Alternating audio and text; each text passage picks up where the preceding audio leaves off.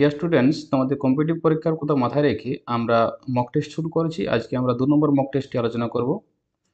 এখানে আমরা 50টি প্রশ্ন নিয়েছি। এই প্রশ্নগুলো বিস্তারিতভাবে আলোচনা করব। তোমরা ধৈর্য সহকারে শেষ পর্যন্ত দেখো, আশা করি অনেক কিছু শিখতে পারবে। চলো প্রথম প্রশ্ন কি এসে দেখি। পৃথিবী সূর্যের কাছাকাছি অবস্থান করে, কত তারিখে অবস্থান করে? তোমরা এখানে একটু ভালো করে দেখে নাও, তাহলে এই সৌরজগৎ সম্পর্কে যেসব প্রশ্নগুলো আছে সেগুলো খুব সহজে করতে পারবে। দেখো, আমরা জানি সূর্যকে কেন্দ্র করে পৃথিবী পশ্চিম থেকে পূর্ব দিকে অর্থাৎ ঘড়ির কাঁটার উল্টো দিকে ভ্রমণ করে। এখানে ভালো করে লক্ষ্য করো, এখানে ডান দিকে যে অবস্থানটা প্রথমে আছে 22 ডিসেম্বর, তারপর এখানে জানুয়ারি, এখানে পৃথিবী আসবে।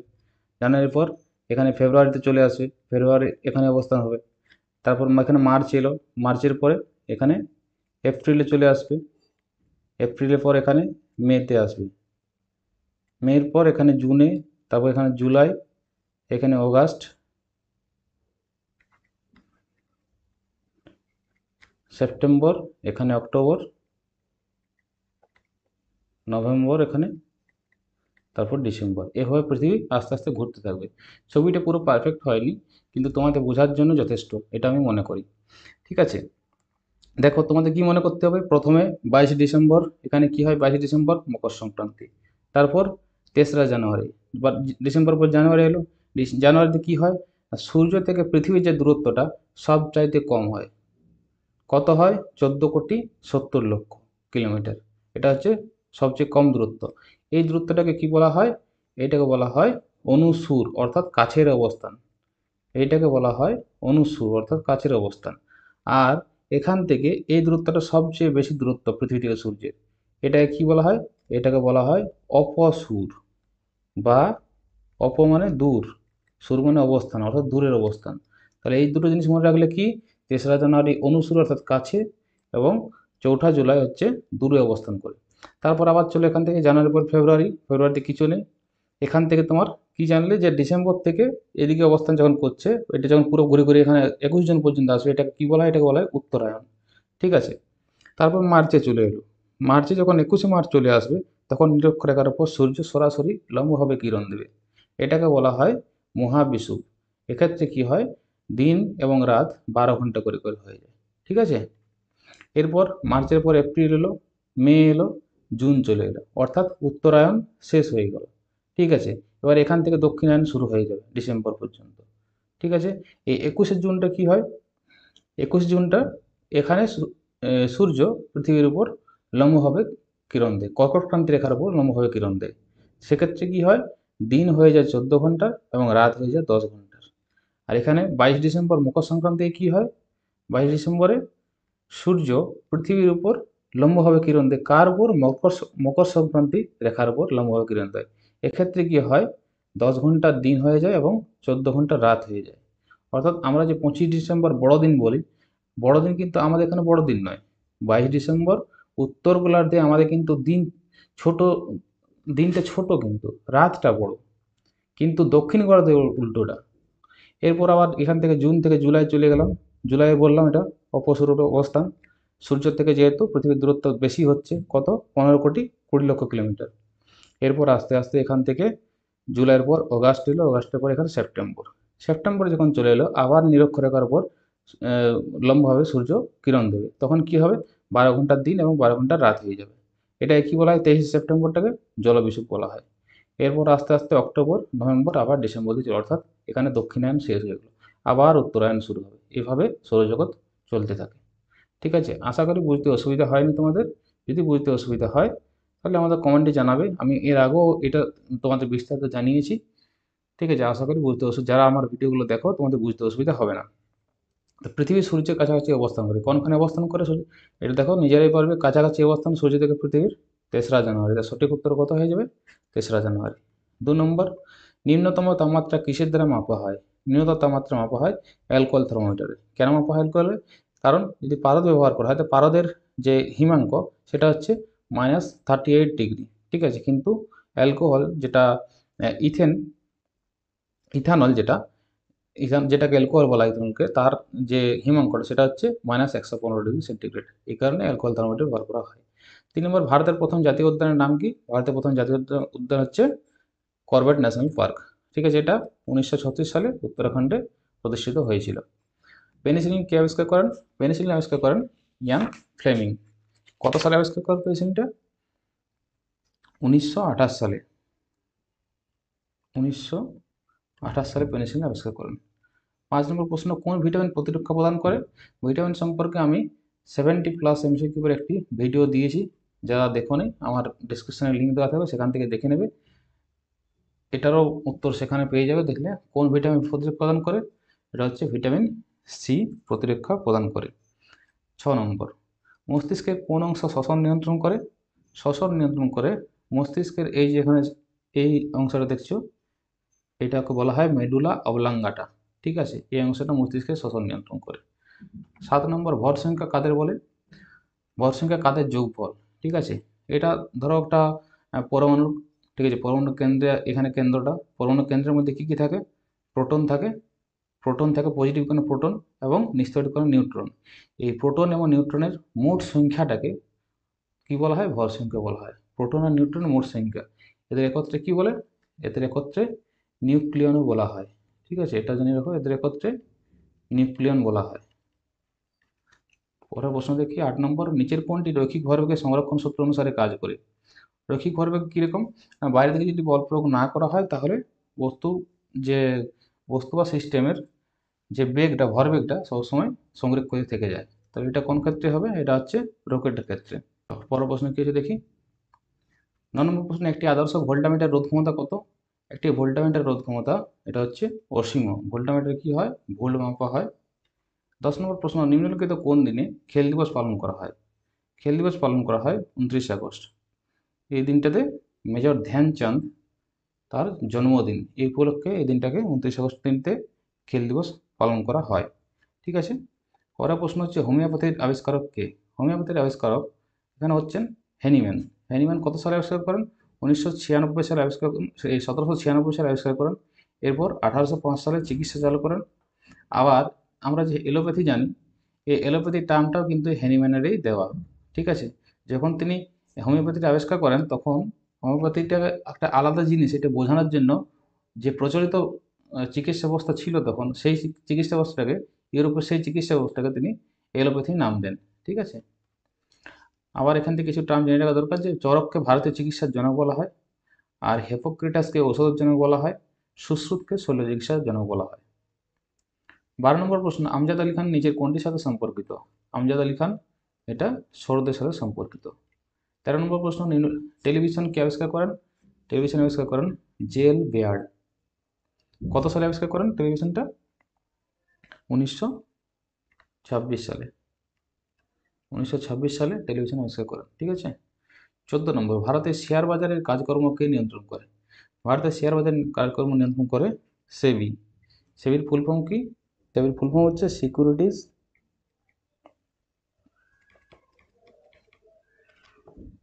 And exchange, securities and exchange board of India. এটা হচ্ছে সেবির ফুল ফর্ম। এটি কত সালে প্রতিষ্ঠিত হয়েছিল? 1988 সালে। এটা মনে রাখবে, এটাও পরীক্ষাতে আসে। ঠিক আছে, 15 নম্বর প্রশ্ন হচ্ছে হাওয়ালা কি? হাওয়ালা টার্মটা ভারতের থেকে উদ্ভূত। ঠিক আছে, এর সঠিক অর্থ হচ্ছে যে সমস্ত কালো টাকার পাচার হয়। ঠিক আছে, এটা সঠিক উত্তর হবে বিদেশি মুদ্রার অবৈধ কারবার। ভারতের প্রথম উপপ্রধানমন্ত্রী কে ছিলেন? প্রথম উপপ্রধানমন্ত্রী ছিলেন সর্দার বল্লভভাই প্যাটেল, যিনি স্বরাষ্ট্রমন্ত্রীও ছিলেন। ঠিক আছে, এর পরবর্তীকালে শেষ আমরা যে উপপ্রধানমন্ত্রী পাই, তিনি হচ্ছেন লালকৃষ্ণ আদবানি। তিনি 2002 থেকে 4 পর্যন্ত বাজপেয়ী সরকারের উপপ্রধানমন্ত্রী ছিলেন। 17 নম্বর, দিল্লি সুলতান সাম্রাজ্যের অন্তিম বংশ কোনটি?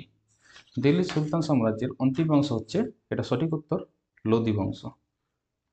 বিশাল স্নানাগার কোথায় পাওয়া গেছিল? বিশাল স্নানাগার পাওয়া গিয়েছিল মহেঞ্জোদারোতে। কোন দেশকে সমুদ্রের রানী বলা হয়?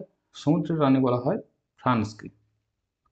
20 নম্বর প্রশ্ন, আলাউদ্দিন খলজি দক্ষিণ ভারত বিজয়ের জন্য কার উপর দায়িত্ব দেন? তার সেনাপতি মালিক কাফুরকে তিনি দায়িত্ব দেন। 21 নম্বর, বুদ্ধের সমসাময়িক কোন কোন রাজা ছিলেন? বুদ্ধের সমসাময়িক ছিলেন এখানে অজাতশত্রু। অজাতশত্রু কার পুত্র ছিলেন? হর্যঙ্গ বংশের রাজা বিম্বিসারের পুত্র অজাতশত্রু ছিলেন। 22 নম্বর প্রশ্ন, আন্দামান ও নিকোবরের সর্বোচ্চ শৃঙ্গ স্যাডেল পিক কোথায় অবস্থিত? আন্দামান নিকোবর দ্বীপপুঞ্জের স্যাডেল পিক কোথায় অবস্থিত? এই জায়গায় দেখো স্যাডেল পিক উত্তর আন্দামানে অবস্থিত। কোথায়? উত্তর আন্দামানে। 23 নম্বর, বিশ্বের সর্ববৃহৎ পশম উৎপাদক রাষ্ট্র কোনটি? বিশ্বের সর্ববৃহৎ পশম উৎপাদক রাষ্ট্র হচ্ছে, এটা হচ্ছে অস্ট্রেলিয়া। ঠিক আছে। আবার যদি সিল্ক বা রেশম পড়ে তখন কি হবে? সিল্ক বা রেশম যদি পড়ে তখন হবে চায়না। ঠিক আছে। আর কার্পাস যদি হয় তাহলেও চায়না। ঠিক আছে। কার্পাস হলো চায়না। নিচের কোনটি লজিক্যাল অপারেটর নয়? Logical operator and, or, not, তিনটে হচ্ছে লজিক্যাল অপারেটর। কোনটি নয়? তাহলে অ্যাডটি নয়। পাপেটি অনুষ্ঠানটি কোন ধর্মের? পাপেটি বা পাতেটি হচ্ছে একটি পার্সি ধর্মের অনুষ্ঠান। ঠিক আছে।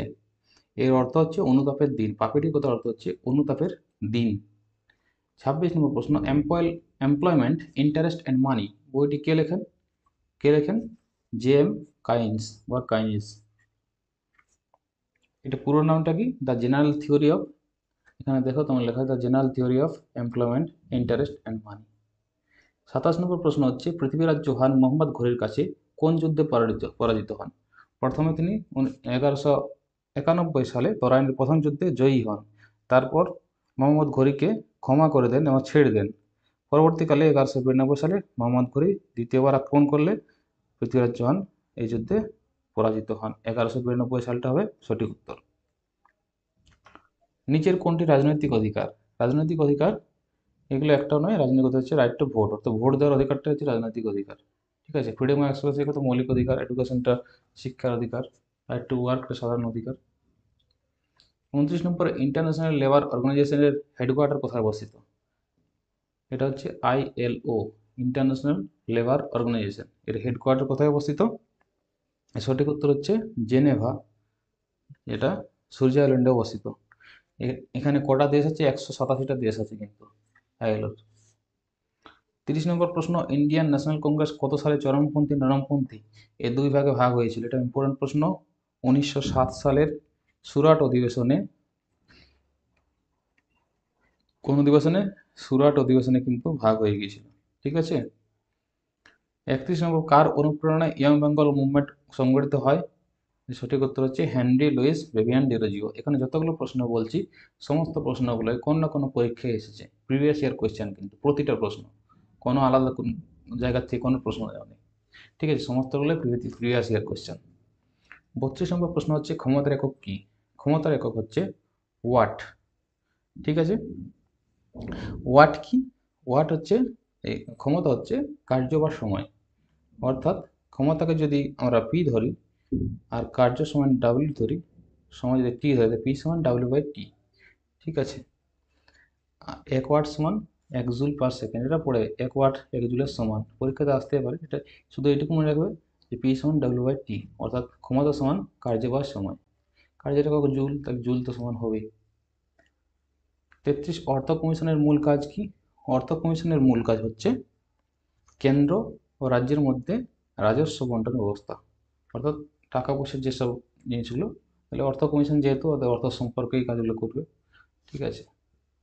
34 নম্বর প্রশ্ন, অজয় নদী যে দুই নদীর মধ্যে দিয়ে প্রবাহিত তা হচ্ছে, এখান থেকে পিকচারটা তোমরা দেখতে পারো, এখানে অজয় নদী, প্রথমে এখানে ময়ূরাক্ষী এসে এখানে মিশে গেছে ভাগীরথী, এটা ভাগীরথী, ভাগীরথীর কাছে মিশে গেছে, তারপর অজয় নদী এসে মিশে গেছে, তারপর এখানে দামোদর এসে এখানে মিশছে। অর্থাৎ সঠিক উত্তর কিন্তু বলতে গেলে এটাই হবে, দামোদর এবং ময়ূরাক্ষী, এটাই সঠিক উত্তর। তিনটে নদী কিন্তু আলাদা আলাদাভাবে তারা ভাগীরথীতে এসে মিশে যাচ্ছে। 29 নম্বর প্রশ্ন হচ্ছে, ইহুদি মেনুহিন যে বাজনা বাজিয়ে বিশ্বখ্যাত হয়েছিলেন সেটি হবে, সঠিক উত্তর হবে বেহালা। ঠিক আছে। তারপর 36, সম্পৃক্ত হাইড্রোকার্বনকে প্যারাফিন বলা হয় কারণ? কারণ প্যারাফিন বলা, তারা খুব কম সক্রিয়, এই কারণে প্যারাফিন বলা হয়। 37 নম্বর প্রশ্ন, কততম সংবিধান সংশোধনের মাধ্যমে ধর্মনিরপেক্ষ সমাজতান্ত্রিক কথাগুলি প্রস্তাবনা? এটা হচ্ছে 42তম সংশোধন, 1976 সালে যেটা হয়েছিল, এটার মাধ্যমে এই ধর্মনিরপেক্ষ ও সমাজতান্ত্রিক কথাগুলি যোগ করা হয়। ঠিক আছে। কি এটা সালটা কি করে মনে রাখবে? আমি বলেছিলাম যে 42তম মানে 4 + 2 করে 6 করবে, তাহলে সেখান থেকে 1976 মনে পড়ে যাবে। আর 78টা দেখো, 4+4 করলে 78 মনে পড়ে যাবে। হ্যাঁ, এখান থেকে তোমরা একটু জেনে নাও এটা কী ছিল। আগে সার্বভৌম গণতান্ত্রিক প্রজাতন্ত্র ছিল, পরবর্তীকালে কি হয়েছে, সার্বভৌম সমাজতান্ত্রিক ধর্মনিরপেক্ষ গণতান্ত্রিক প্রজাতন্ত্র এটা ভারতের সংবিধান প্রস্তাবনায় বলা হয়েছে। ঠিক আছে, এই 42তম সংশোধন হওয়ার পর। 38 নম্বর প্রশ্ন হচ্ছে, নিচের অ্যাসিডগুলির কোনটি সোনা দ্রবীভূত করতে পারে? সোনা দ্রবীভূত করতে পারে নাইট্রিক অ্যাসিড। ঠিক আছে, নাইট্রিক অ্যাসিড বা এর সংকেত হচ্ছে HNO3। HNO3 কি হাইড্রোক্লোরিক অ্যাসিডের সংমিশ্রণে সোনা দ্রবীভূত করতে পারে। 39 নম্বর, সিজিএস পদ্ধতিতে আয়তনের একক কি? আয়তনের একক হচ্ছে বর্গ সেন্টিমিটার সিজিএস পদ্ধতিতে। আর যদি এটা এসআই পদ্ধতি হতো তাহলে কি হতো, বর্গ মিটার হতো বা লিটার হলেও হতো। ঠিক আছে, সেই সিজিএস পদ্ধতিতে লিটারও বলা হয় আয়তনের একক। 40 নম্বর, পণ্ডিত রবিশঙ্কর যে বাজনায় সুপরিচিত তা হলো, পণ্ডিত রবিশঙ্কর, এখানে সঠিক উত্তর হবে সেতার। ঠিক আছে। 41 নম্বর, মৌলিক অধিকার ও রাষ্ট্র পরিচালনা নির্দেশমূলক নীতির মধ্যে পার্থক্য কি? মৌলিক অধিকার কি? মৌলিক অধিকার কত নম্বর ধারাতে আছে? অনুচ্ছেদ 12 থেকে 35-এর মধ্যে মৌলিক অধিকার আছে এবং নির্দেশমূলক নীতি আছে 36 থেকে 51। ঠিক আছে, মৌলিক অধিকার মানুষের সাধারণ অধিকার, যেটা যদি খর্ব হয় তাহলে সে কোর্টে যেতে পারে এবং কোর্ট তা বলবৎ করতে পারে। কিন্তু রাষ্ট্রের যে নির্দেশমূলক নীতি সেটা হচ্ছে রাষ্ট্রের পক্ষে নির্দেশ, রাষ্ট্রকে আরও উন্নত করার জন্য। সেক্ষেত্রে কোর্ট কোনো নির্দেশ দিতে পারে না। ঠিক আছে, তাহলে কী হবে এটা সঠিক উত্তর? মৌলিক অধিকার আদালত কর্তৃক বলবৎযোগ্য, কিন্তু নির্দেশমূলক নীতি নয়, এটা হবে সঠিক উত্তর। 42 নম্বর প্রশ্ন হচ্ছে, মিলিয়ে যাওয়ার প্রবণতা বিশিষ্ট অর্থাৎ ভ্যানিশিং গ্রাউন্ড তৈরি করার জন্য ফিনলফথেইনের সঙ্গে কি যুক্ত করা হয়? এটা হচ্ছে কস্টিক সোডার লঘু দ্রবণ মেশানো হয়। ঠিক আছে, এর ফলে কি হয়, বর্ণটা গোলাপি বর্ণ হয়ে যায়। এরপর যখন পিএইচের পরিমাণ 10-এর বেশি হয়ে যায় পিএইচটা, তখন আস্তে আস্তে বর্ণহীন হয়ে যায়। ঠিক আছে। 43 নম্বর প্রশ্ন হচ্ছে, কিসের প্রস্তাবগুলির উপর ভিত্তি করে গণপরিষদ গঠিত হয়? গণপরিষদ গঠিত হয়, এটা সঠিক উত্তর 1946-এর ক্যাবিনেট মিশন যখন আসে। এই ছবিটি তোমরা দেখতে পাচ্ছ, ক্যাবিনেট মিশন যখন আসে মহাত্মা গান্ধীর সাথে, সেই ক্যাবিনেট মিশনের সদস্যরা। 44 নম্বর, রাউরকেল্লার লৌহ ও ইস্পাত কারখানা কোন নদীর তীরে অবস্থিত? এটি সঠিক উত্তর হচ্ছে ব্রাহ্মণী নদীর তীরে অবস্থিত। কোথায় আছে? ওড়িশাতে রাউরকেল্লা আছে। ঠিক আছে। 45 নম্বর হচ্ছে, আচ্ছা, রাউরকেল্লা এটা পড়ে যে কত সালে, এটা ইম্পর্টেন্ট যেহেতু এটা প্রাচীনতম লৌহ ইস্পাত কারখানাগুলোর মধ্যে অন্যতম, তাই পড়তে পারে যে কত সালে এটা গঠিত হয়েছিল। সেটা হচ্ছে 1955 সালে। কত সালে? 1955 সালে। 35 নম্বর, হর্ষবর্ধন ও গোবর্ধন এই দুই চরিত্র সৃষ্টি করেছিলেন কে? এর সঠিক উত্তর শিবরাম চক্রবর্তীর হর্ষবর্ধন গোবর্ধন এই দুটো চরিত্র। 46 নম্বর প্রশ্ন, আইন-ই আকবরে কে রচনা করেন? আইন-ই আকবর বা আকবরনামা রচনা করেন আবুল ফজল। 47 নম্বর, ভারতের উচ্চতম মালভূমি কোনটি? ভারতের উচ্চতম মালভূমি লাদাখ মালভূমি, এবং যদি পৃথিবীর পড়তো তাহলে পৃথিবীর উচ্চতম মালভূমি হতো পামির মালভূমি, এবং পৃথিবীর বৃহত্তম মালভূমি তিব্বত মালভূমি। ঠিক আছে, এটা অনেকেরই কনফিউশন হয়, কিন্তু যেগুলো বললাম সেটাই সঠিক। 48 নম্বর, ভারত সর্বপ্রথম কীভাবে ইসলাম ধর্মের সংস্পর্শে আসে? ভারত সর্বপ্রথম ইসলাম ধর্মের সংস্পর্শে আসে, প্রথম ইসলাম মহিলা মালাবার উপকূলে এসে ব্যবসা বাণিজ্য করত, তারপর পরবর্তীকালে আস্তে আস্তে সিন্ধু আক্রমণ করে আরবরা। 49 নম্বর, দুটি সংসদীয় অধিবেশনে মধ্যবর্তী কত অবকাশ দেওয়া যায়? দুটি সংসদীয় অধিবেশনের মধ্যে 85 নম্বর ধারায় বলা আছে সংবিধানের যে দুটো অধিবেশনের মধ্যে অন্তর থাকতে পারে 6 মাস। ঠিক আছে। 50 নম্বর প্রশ্ন, জেমস বন্ড চরিত্রটি কে সৃষ্টি করেছিলেন? জেমস বন্ড চরিত্র সৃষ্টি করেছিলেন ইয়ান ফ্লেমিং। কত সালে করেছিলেন? 1953 সালে। এটি একটি কাল্পনিক চরিত্র। কাল্পনিক চরিত্র কারণ তিনি একটি উপন্যাস লেখেন। জেমস বন্ড একটা উপন্যাস, একটা সিরিজ। তো ডিয়ার স্টুডেন্টস, আজকে প্রশ্নগুলি ছিল। আশা করি তোমাদের ক্লাসটি ভালো লেগেছে। Thank you.